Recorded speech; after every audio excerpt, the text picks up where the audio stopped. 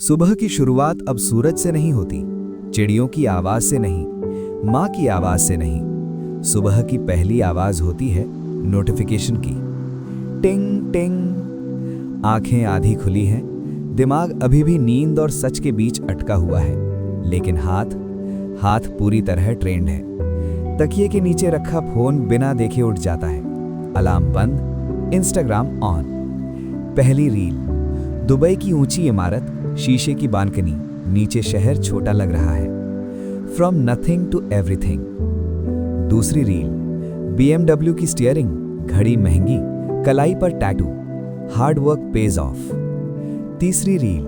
Maldives, नीला पानी, सफेद रेत, दो लोग हंसते हुए, लिविंग माई ड्रीम लाइफ। चौथी रील। एक लड़का कॉफी पकड़े है, मैकबुक खुला है, काला चश्मा, हसल नेवर स्टॉप्स। और उसी पल ब्रेक। कुछ टूटता है। कोई आवाज नहीं, कोई चीख नहीं, कोई खून नहीं, लेकिन भीतर एक बहुत महीन सी दरार पड़ जाती है। फोन नीचे रखा जाता है, छत की तरफ देखा जाता है। पंखा घूम रहा है, कमरा वही है, बिस्तर वही है, सब कुछ वही है, लेकिन मन हल्का नहीं, भारी है।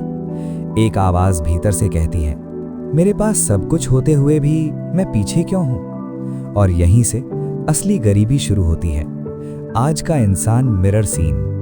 वो लड़का कोई कहानी का हीरो नहीं है, वो कोई एक्सेप्शनल इंसान नहीं है, वो कोई असफल भी नहीं है। वो बस आज का इंसान है, न बहुत गरीब, न बहुत अमीर, न झोपड़ी में पैदा हुआ, न महल में। माँ बाप ने पढ़ाया, किसी तरह नौकरी लगी या काम चल रहा है। उसके पास है पेट भर खाना, स्मार्टफोन, इंटरनेट, शरीर में ताकत, लेकिन उसके पास चैन नहीं है। दिन में वो हंसता है, लोगों से बात करता है, रील्स शेयर करता है, लेकिन रात को जब लाइट बंद होती है, तब दिमाग चालू हो जाता है। कल क्या होगा? मैं पीछे तो नहीं रह गया? मेरे दोस्त आगे निकल गए, उसने घर ले लिया, उसने गाड़ी ले ली, उसने विदेश का प्लान बना लिया, और मैं बस। फिर वो लाइन जो पूरे जीवन की दिशा बदल सकती है।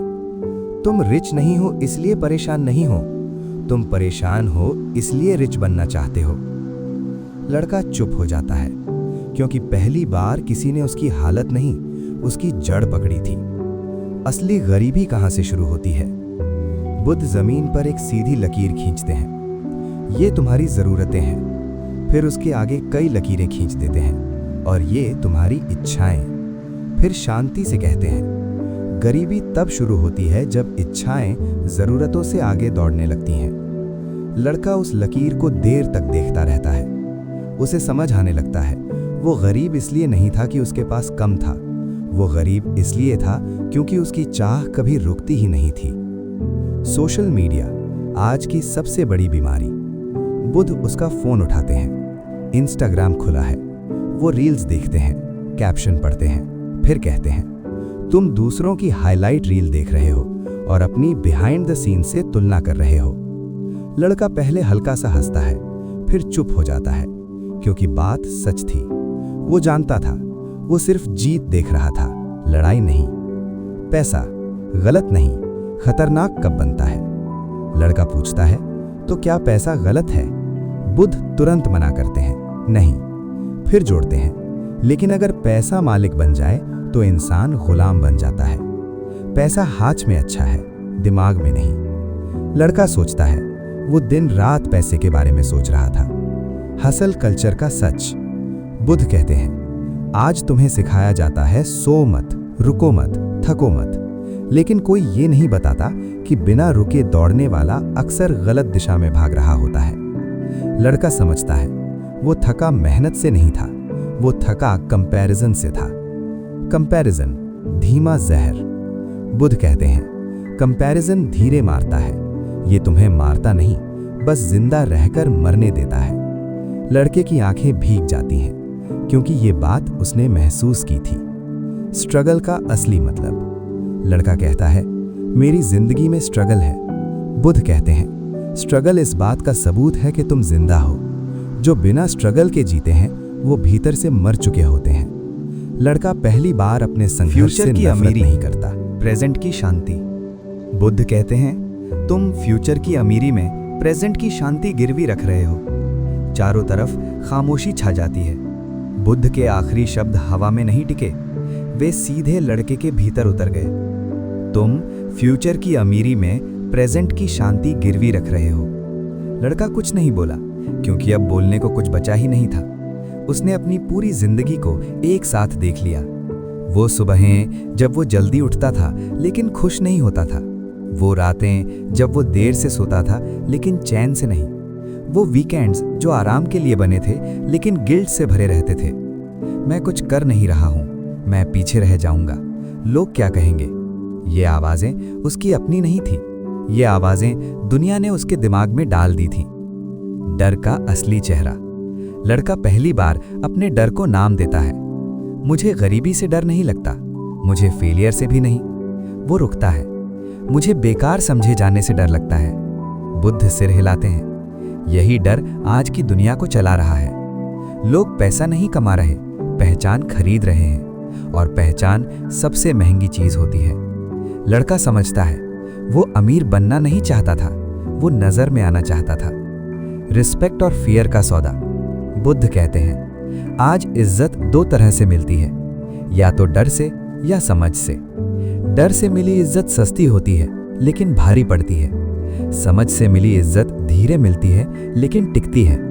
लड़का याद करता है कितनी बार उसने खुद को साबित करने के लिए जरूरत से ज्यादा बोला, दिखाया, खर्च किया।